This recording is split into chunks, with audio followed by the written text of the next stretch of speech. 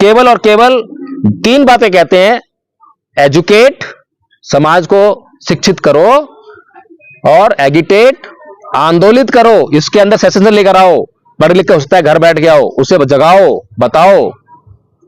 फिर ऑर्गेनाइज, इकट्ठा हो जाओ। इकट्ठा किसी उद्देश्य के लिए होंगे, किस लिए होंगे? भारत को बौद्ध में करना है, उसके लिए हमें इकट्ठा होना है। तो भारत को बौद्ध में करना जरूरी है या नहीं है? जरूरी है। क्यों बताइए आप, क्यों जरूरी है? तो जानकारी नहीं है मेरे को, मैं बता रहा फिर कुछ ऐसा जानकारी है जो कि बहुत कम है समय में, क्योंकि आप जैसे शिक्षा दे रहे हैं, हमारे समाज में कोई ऐसा व्यक्ति है ही नहीं। तो कितने, मेरे ऐसे कितने लोग चाहिए जो आपका बंगाल सही हो जाएगा? नहीं, ऐसे कुछ नहीं लग रहा है यार, उनको मालूम होगा शायद सबको कि हमारे बिहार में ऐसे कोई है ही नहीं जो हम लोग को शिक्षा। नहीं, बिहार, आपका बिहार में छोड़ दीजिए, अगर पूरे बंगाल को हमें जो है बौद्ध में करना है खाली, तो मेरे ऐसे कितने लोग चाहिए? कम से कम कितने लोग हो जाए तो बंगाल जो बौद्ध में हो जाएगा? बताइए। पहले एक ही हो तो अच्छा है। एक तो मैं हूँ, बताइए मैं कितने दिन गया हूँ यहाँ पर? 1 महीने के लिए, 1 साल के लिए? हर जगह मतलब मीटिंग हो। कम से कम 1000 लोग होंगे तो पूरा बंगाल बौद्ध में हो जाएगा 1 साल में? 1000 लोग नहीं कर पाएंगे? मेरे ऐसे 1000 लोग नहीं कर पाएंगे?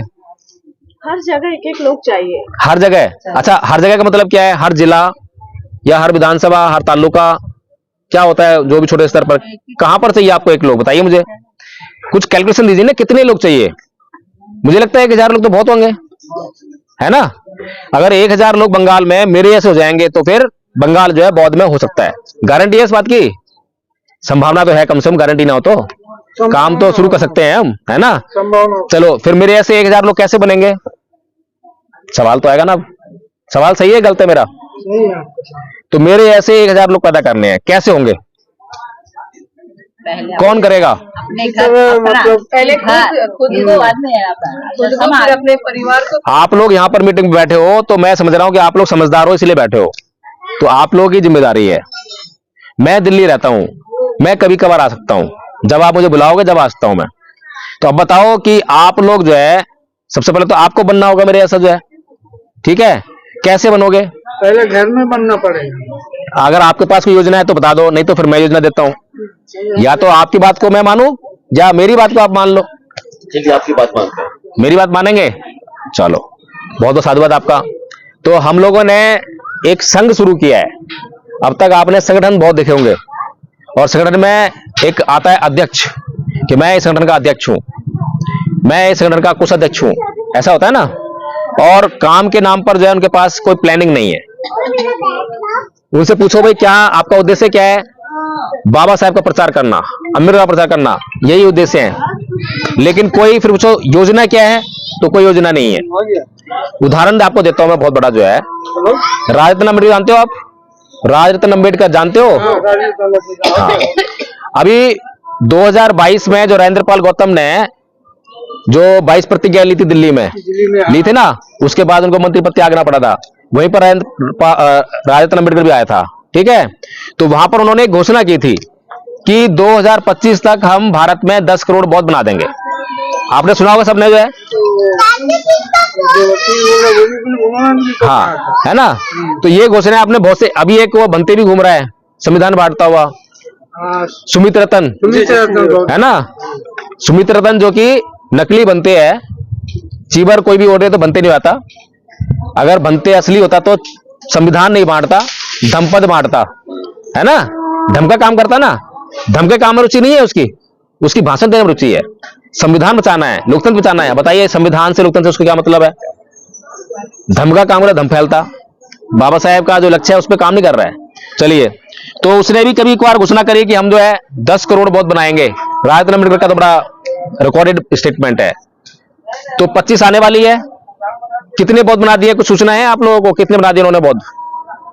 लेकिन हम लोगों की कमी है, हम लोगों ने जब राजरत्न से ये स्टेटमेंट सुना उसके मुंह से, तो हमें पूछना चाहिए था कि साहब आप बात ठीक कह रहे हैं, हमारे को जरूरत है 10 करोड़ बौद्ध की। अगर 10 करोड़ बौद्ध हो जाएंगे तो हमारे भारत में हमारा जो है संबल हो जाएगा, है ना? स्ट्रेंथ आ जाएगी। लेकिन आप ये बताइए कि आपके पास प्लानिंग क्या है?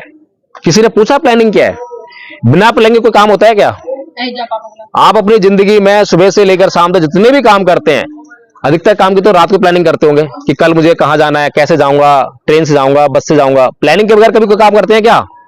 जिसकी प्लानिंग नहीं करते हो वो काम आपका हो नहीं पाता। कोई भी काम जो है शुरू करते हो तो प्लानिंग करनी पड़ती है। राजरत्न अम्बेडकर, राजेंद्र पाल गौतम, इन लोगों ने कोई प्लानिंग आपको नहीं बताई है। अच्छा, जो मैं काम कर रहा हूं, ये जो जगाने का काम जो है, ये काम किसका है? समाज में एक बुद्धिजीवी वर्ग होता है ना? समाज है सारा तो भेड़ चाल होता है, भेड़ बकरी होता है। उसे तो पता नहीं है कि मतलब क्या करना है क्या नहीं करना, लेकिन उसको क्या करना है, वोट का अधिकार बाबा साहब ने हमें दिया। अब वोट को कैसे इस्तेमाल करना है, किसको वोट देना है, क्योंकि बाबा साहब खुद चुनाव हार गए। बाबा साहब ने समाज को अधिकार दिया वोट देने का, लेकिन समाज ने उनको वोट नहीं दिया। और भंडारे की बात है, बाबा साहब चुनाव हार गए ना, बंगाल में जीता। कुछ भी चलिए हारे ना, तो उस समाज को वोट का अधिकार तो दे दिया, लेकिन वोट का इस्तेमाल कैसे करना है इस बात को बताने की जिम्मेदारी किसकी है? बताना पड़ेगा ना, क्योंकि समाज की गलती नहीं है, समाज भेड़ बकरी है। समाज को तो आके लीड करना पड़ेगा, बताना पड़ेगा। किसकी जिम्मेदारी है? जिम्मेदारी जो हमसे चालाक है, जो बुद्धिमान है, उनकी जिम्मेदारी। हर समाज में एक बुद्धिजीवी वर्ग होता है, वो अपने समाज को लीड करता है। हिंदुओं का जो बुद्धिजीवी वर्ग है, ब्राह्मणों का, उसने अपना संगठन बना लिया आरएसएस, ठीक है। वो जो भी बात कहता है उसको प्रचारित कर देते हैं, तुरंत वायरल कर देते हैं, तो उसका प्रचार हो रहा है, दुनिया भर का हो रहा है। राम मंदिर बना अयोध्या में और झंडे सारे में लगे पड़े हैं, पूरे देश में झंडे लग गए। ये प्रचार तंत्र है उनका। ऐसे ही जो भोजन समाज का जो बुद्धिजीवी वर्ग है, वो भी है नहीं है? भोजन समाज के पास बुद्धिजीवी वर्ग है। कौन कौन है बताओ? बुद्धिजीवी वर्ग में कौन कौन है? किसी के नाम बताओ मुझे, किसको मानते हो बुद्धिजीवी वर्ग में? अभी तो बहुत तमाम निकले। एक आध नाम तो बताओ। अभी जैसा अभी निकल गया चंद्रशेखर आजाद निकल गया। चंद्रशेखर आजाद, हाँ, और उसके बाद में आपका वो, चलो मैं बताता हूँ, डॉक्टर रतनलाल, डॉक्टर लक्ष्मण यादव, हाँ। और आपके ऋतु सिंह, प्राचा, भानु प्रताप जी, ये सारे जो है बुद्धिजीवी हैं। अब बुद्धिजीवी वर्ग का क्या काम होना चाहिए? खुद को एमएलए बनाना या समाज को एमएलए बनाना? समाज। अभी जो हमारा बुद्धिजीवी वर्ग है वो क्या कर रहा है? भटका हुआ ज्ञान है। अभी भानु प्रताप जी को क्या आंदोलन कर रहे थे? ईवीएम के खिलाफ आंदोलन कर रहे थे ना। तो अगर उनका आंदोलन समाज को एमएलए बनाना होता तो वो आंदोलन करते रहते और समाज को जगाते रहते, लेकिन जैसे उनको मौका मिला क्या हुआ? समाजवादी पार्टी से टिकट लिया है और बाद में समाजवादी पार्टी ने उनका टिकट भी काट दिया। सुना है ना आप लोगों ने? कर दिया, काम हो गया। ऐसे ही हमारे माननीय राजेंद्र पाल गौतम जी आम आदमी पार्टी से मंत्री हैं, ठीक है। उनको केजरीवाल ने क्या त्यागपत्र मांगा था? क्या किसी ने सुना है कि मांगा हो? नहीं मांगा, उन्होंने खुद से त्यागपत्र दिया। क्यों दिया? मैंने लोग मुझे कुछ नहीं, केजरीवाल ने केवल घुड़की दिखाई, त्यागपत्र दो, वर्बली बोला है। और राजेंद्र पाल गौतम जी एडवोकेट हैं, समझदार है ना ये। तूने क्या बोलना चाहिए था कि भाई नोटिस दो पहले, मुझे सो कोई नोटिस दो ना, मैं पहले उसका जवाब दूंगा तब त्यागपत्र दूंगा, लेकिन ऐसा नहीं किया। जब बाबा साहब संसद में त्यागपत्र देने जा रहे हैं तो क्या बोल रहे हैं? मुझे भाषण देना संसद में कि मैं त्यागपत्र क्यों दे रहा हूं। अकल तो लेनी चाहिए ना हमको, हमारे पास हिस्ट्री है ना।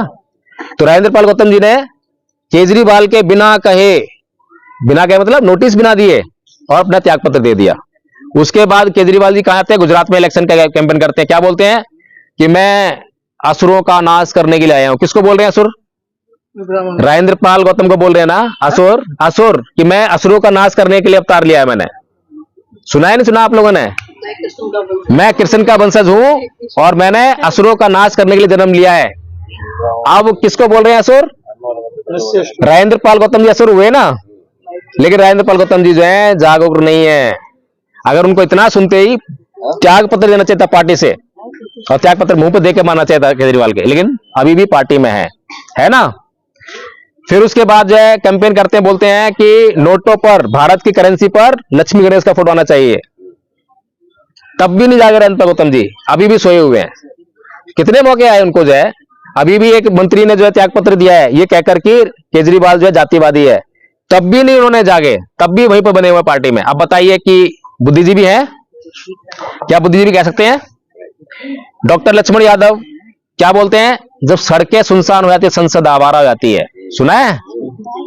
अब बताइए ये स्टेटमेंट सही है? बाबा साहेब ने आपको जब वोट का अधिकार है तो उन्होंने बोला कि जब भी संसद आवारा हो तो अपने वोट की ताकत से उसका आवारापन दूर कर देना। बाबा साहेब तो ये बात कह रहे हैं, डॉक्टर लक्ष्मण वो बात कह रहा है। कारण क्या है? कारण स्पष्ट है कि डॉक्टर लक्ष्मण यादव समाजवादी पार्टी के राम मनोहर लोहिया का स्टेटमेंट पढ़ रहे हैं। तो समाज को कहां ले आ रहे हैं? वो राम मनोहर लोहिया की तरफ ले आ रहे हैं, अम्बेडकर की तरफ नहीं लेके जा रहे हैं। और अभी आपने देख भी लिया कि समाजवादी उन्होंने ज्वाइन कर लिया, पार्टी को जो है ज्वाइन कर लिया।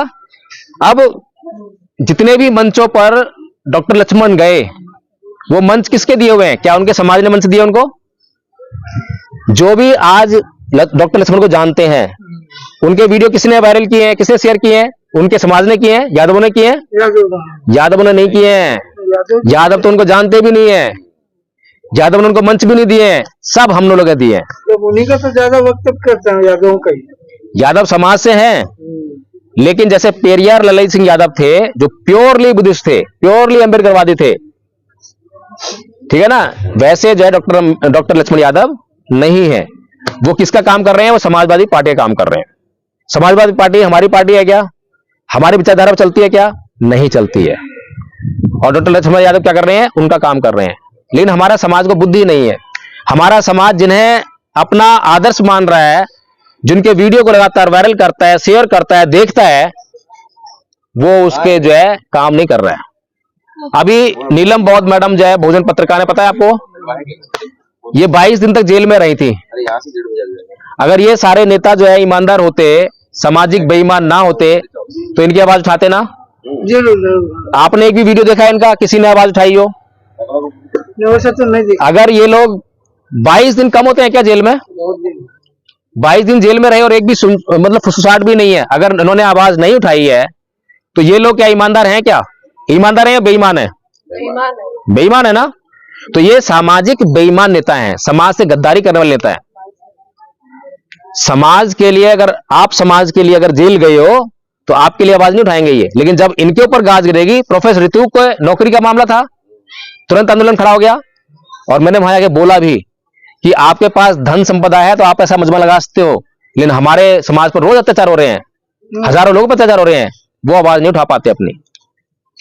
हमें उनके लिए व्यवस्था देनी है, लेकिन डॉक्टर ऋतु नहीं समझती है। अब क्या बोलती थी कि मतलब जब तक मुझे न्याय नहीं मिलेगा मैं हटूंगी नहीं, मेरा आंदोलन चलता रहेगा। कहां है आंदोलन? मिल गया न्याय? इन लोगों का मकसद जो है समाज के लिए आंदोलन करना नहीं था। इन लोगों का मकसद है खुद को एमएलए एमपी कैसे बनाना है, उसके लिए जुगाड़ करना। फेमस हो जाएंगे, किसी पार्टी में जाएंगे, टिकट मिल जाएगा और एमएलए एमपी बन जाएंगे, यही इनका मकसद होता है। अभी एक और वो है गद्दार आदमी डॉक्टर उदितराज, पहले बीजेपी में रहा, लास्ट मोमेंट तक चुपता रहा, जबकि 1 साल पहले ही अगर वो जो है समाज के आधार पर त्याग पत्र देता पार्टी से तो समाज में फिर वापसी आती, समाज का काम करता। लेकिन इतना बड़ा गद्दार था कि जैसे ही जीता वैसे ही जो है समाज को भूल गया और जिन लोगों के मतलब उसे जो है काम करना था, जिन लिए उनको भूल गया और जिनके लिए मतलब नहीं करना था उनको जो है जाकर सलूती दी। और लास्ट मोमेंट तक इतना कि बीजेपी से टिकट देगी। गद्दार लोग हैं, कभी भी समाज के लिए वो जो है त्याग नहीं करते हैं, जरा सा त्याग नहीं है, अपने पद प्रतिष्ठा का त्याग नहीं। बताइए आप जो है ये क्या त्याग करेंगे? और हमारे महापुरुषों ने अपनी पूरी जिंदगी त्याग कर दी है। तो हमें अपने महापुरुषों की जिंदगी की वैल्यू को समझना है।